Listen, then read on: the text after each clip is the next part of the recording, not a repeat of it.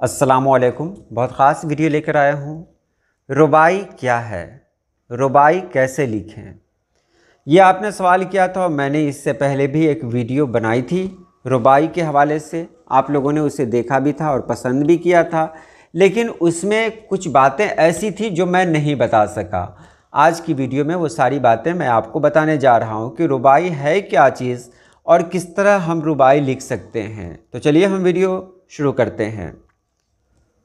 सबसे पहले हम रुबाई के बारे में जानते हैं कि रुबाई में 4 मिसरे होते हैं और 4 मिसरों में किसी एक मजमून को ही पेश किया जाता है। रुबाई के 4 मिसरों में एक रब्त होता है और एक ही ख्याल को 4 मिसरे में पेश किया जाना लाजमी है। अब रुबाई के बारे में कहें कि रुबाई में 4 मिसरे हों, ये तो पहली शर्त है, लेकिन एक सबसे बड़ी शर्त यह है कि रुबाई की एक ख़ास बहर होती है, यानी एक मखसूस बहर है, उसी में ही हम रुबाई लिख सकते हैं। उस बहर से इधर उधर नहीं जा सकते हैं। लेकिन उस एक मखसूस बहर से शोरा ने 24 बहूर निकाली हैं और कहा है कि 24 बहूर में आपको जिन बहरों में लिखना है उन बहरों में लिख सकते हैं।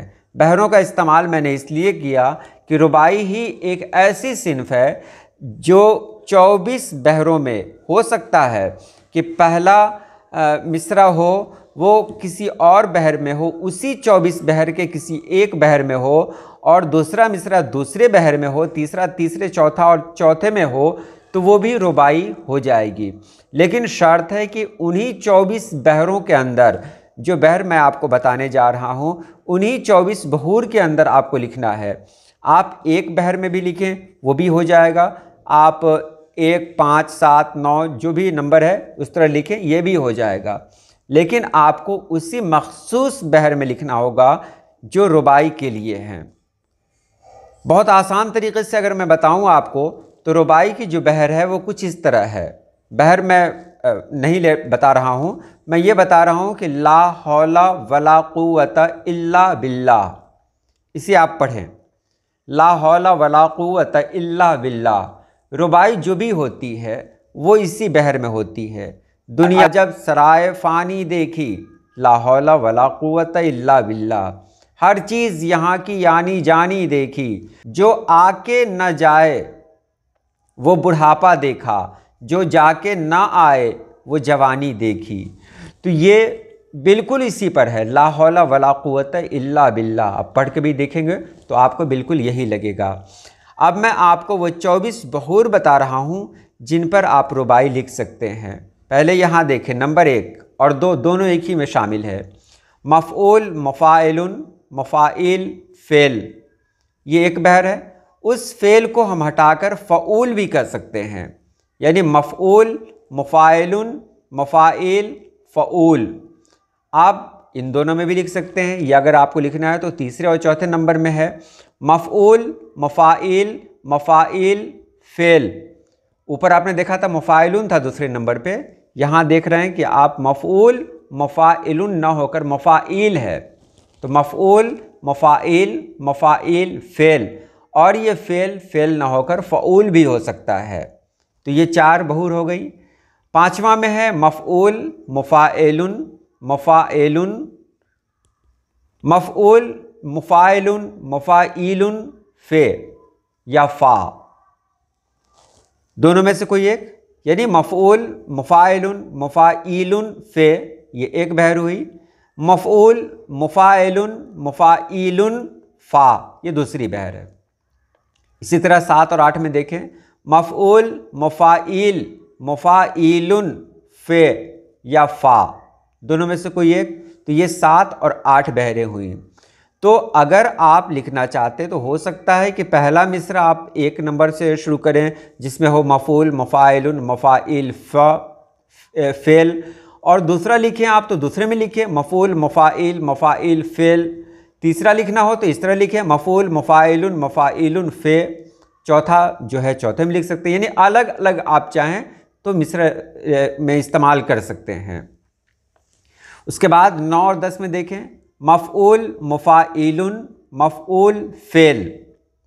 और 10 में है मफ़ऊल, मुफ़ाइलुन, मफ़ऊल, फ़ऊल, यानी फ़ेल फ़ऊल भी बन सकता है। 11-12 में आप देखेंगे, 11 में है मफ़ऊल, मुफ़ाइलुन, मफ़ऊलुन, फ़े। 12 में है मफ़ऊल, मुफ़ाइलुन, मफ़ऊलुन, फ़ा। 13 में है मफ़ऊलुन, फ़ाइलुन, मुफ़ाइल, फ़ेल। और 14 में है मफ़ऊलुन, फ़ाइलुन, मुफ़ाइल, फ़ऊल। 15-16 में है मफ़ऊलुन, मफ़ऊल, मुफ़ाइल, फ़ेल। और 16 में आता है मफ़ऊलुन, मफ़ऊल, मुफ़ाइल, फ़ऊल। इसी तरह 17 और 18 में देखेंगे कि मफ़ऊलुन, फ़ाइलुन, मुफ़ाइलुन, फ़े। 18 में है मफ़ऊलुन, फ़ाइलुन, मुफ़ाइलुन, फ़ा। 19 में है मफ़ऊलुन, मफ़ऊल, मुफ़ाइलुन, फ़े। 20 में है मफ़ऊलुन, मफ़ऊल, मुफ़ाइलुन, फ़ा। 21 में है मफ़ऊलुन, मफ़ऊलुन, मफ़ऊल, फ़ेल। और 22 में सब कुछ यही रहेगा, मफ़ऊलुन, मफ़ऊलुन, मफ़ऊल, और यहाँ मफ़ऊल फ़ऊल बन जाएगा। 23 में है मफ़ऊलुन, मफ़ऊलुन, मफ़ऊलुन, फ़े। 24 में है मफ़ऊलुन, मफ़ऊलुन, मफ़ऊलुन, फ़ा। तो मैं आपको बता दूं कि अगर आप अपने जहन में ये लाइन रखते हैं, लाइन ही मैं कहूँगा, ये सतर रखते हैं, ला हौला वला कुव्वत इल्ला बिल्लाह, तो इसमें अगर कोई हर्फ ज़ायद हो रहा हो या कम हो रहा हो तो इसमें घबराने की बात नहीं है, रुबाई में वो हो जाएगा। ये 24 बहूर इस तरह बनाए गए हैं कि अगर कोई रुकन बढ़ जाता है, कोई घट जाता है, तो किसी न किसी बहर में वो आ ही जाएगा। इसलिए रुबाई लिखना पहली शर्त तो ये है कि आपको जहन में रखना है ला हौला वला कुव्वत इल्ला बिल्लाह। उसके बाद ही आपको रुबाई की तरफ बढ़ना है, और उसमें ला हौला वला कुव्वत इल्ला बिल्लाह। तो ला हौला, अब हौला का हौला को हौला भी कह सकते हैं आप। तो इसी तरह एकाक रुकन अगर आप चाहें तो इधर उधर बढ़ा सकते हैं, यानी एक दो हर्फ अगर आप चाहें तो इधर उधर बढ़ा दें, जहां भी बढ़ाना चाहते हैं आप बढ़ा सकते हैं। रुबाई में पिंदो नसाइह की बात होती है, यानी नसीहतें होती हैं। ख़ास तौर से पहले जो रुबाई का मकाम था वो अब नहीं है। अब के शोरा रुबाई कम लिखते हैं, लेकिन पहले का जो ज़माना हुआ करता था उस वक्त जो शोरा हुआ करते थे वो शायरी को आसान नहीं लेते थे, वो मुश्किल पसंदी को बेहतर समझते थे। तो इसलिए उस ज़माने में रुबाई बहुत ख़ास थी। रुबाई का एक मकाम हुआ करता था कि लोग रुबाई लिख रहे हैं तो इसका मतलब है कि उनके अंदर खूबी है। तो सबसे पहली बात है कि रुबाई का मौजू क्या हो। तो रुबाई का मौजू यही है कि उसमें नसीहतें होती हैं। रुबाई में इश्क व आशिकी की बात नहीं होती है। रुबाई में आपको जो भी बातें कहनी हैं, जो भी एक मजमून है, उस मजमून को आपको 4 मिसरों में अदा कर देने हैं। एक मिसरा दूसरे मिसरे से मरबूत हो, यानी उसमें एक रिलेशन हो। रुबाई में पहला मिसरा और दूसरा मिसरा, ये कोई ज़रूरी नहीं है कि आप रुबाई में लिखें तो काफ़ी और रदीफ़ का इस्तेमाल करें। तो काफ़ी और रदीफ़ का इस्तेमाल कहाँ पे करेंगे, ये बहुत ख़ास है। तो पहले और दूसरे मिसरे में काफ़ी और रदीफ़ की पाबंदी होती है। रुबाई बग़ैर रदीफ़ के भी कही जा सकती है, लेकिन मैंने इस तरह की रुबाई नहीं देखी है। बग़ैर रदीफ़ की रुबाई लोग नहीं कहते हैं और देखने में भी अच्छा नहीं लगता है, इसलिए नहीं। रुबाई एक मुश्किल फ़न है, तो एक ख़ास बहर में ही लिखना होता है। अब दुनिया के हज़ारों लाखों शोरा होंगे, एक ही बहर में उनको रुबाई लिखनी होगी, तो वहाँ पर जब इसका ख्याल आप रख रहे हैं तो फिर काफ़ी और रदीफ़ का भी ख्याल रखना वहाँ पर ज़रूरी है। तो लोग काफ़िए का भी इस्तेमाल करते हैं, रदीफ़ का भी इस्तेमाल करते हैं।